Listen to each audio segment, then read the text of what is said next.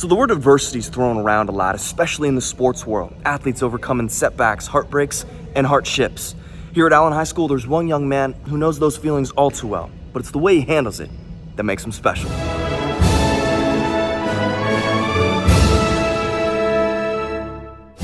Every time the national anthem goes on, you'll see me close my eyes and look down, and I'm just talking to my mom. And then right as it ends, pat my chest twice, kiss up, easy.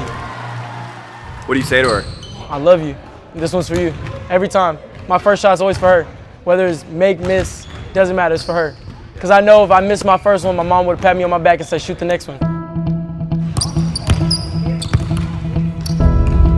Aric Walls is always looking for his next shot. The 18-year-old Allen native has had a ball in his hands since the beginning. But back then, he wasn't exactly the star he is today. My dad used to always take me with him to 24-hour fitness, and I could never dribble. Like, I would always pick up the ball and just slap it, and the day I was able to dribble it, it just happened. Even after he found his handles, getting quality minutes at the varsity level always seemed out of reach. A broken leg sidelined him his sophomore year. He then returned, healthy and recovered for his junior campaign, but was the 13th man who rarely saw the floor.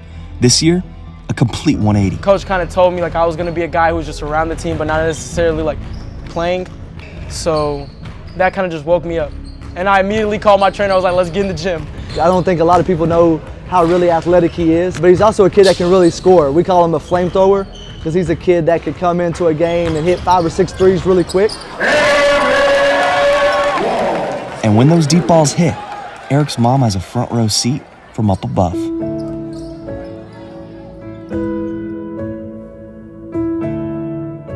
My mom passed away when I was 10 years old, so immediately I had to be a man. Were you close with your mom? 100%. Yeah. Always. I was attached at her hip. A loss of that magnitude, understandably, took a toll on the rest of the family. Me and my brother and my dad were all kind of stranded and just stuck together.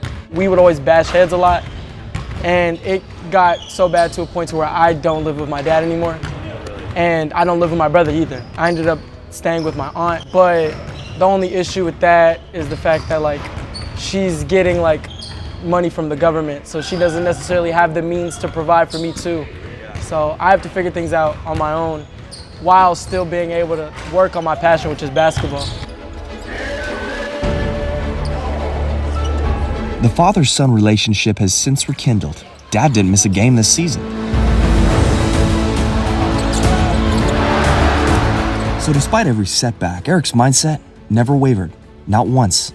He used the hardship as fuel to make it, and he did. I went from, I don't think I'm even gonna play my senior year of high school to now I don't know what college to pick to go to college. As of right now, I have 3 offers from Bethel, University of St. Mary's, and Dean College. So those are the ones, and then I have interest from a lot. I couldn't even tell you off the top of my head. I have interest from a few. I'm just happy for him. You know, he's a kid that works really hard, a kid that lives in the gym, a kid that I just want to have a ton of success, and I love him to death. Anytime he has some success, you almost get that dad feeling like he's your own. So I'm proud of him.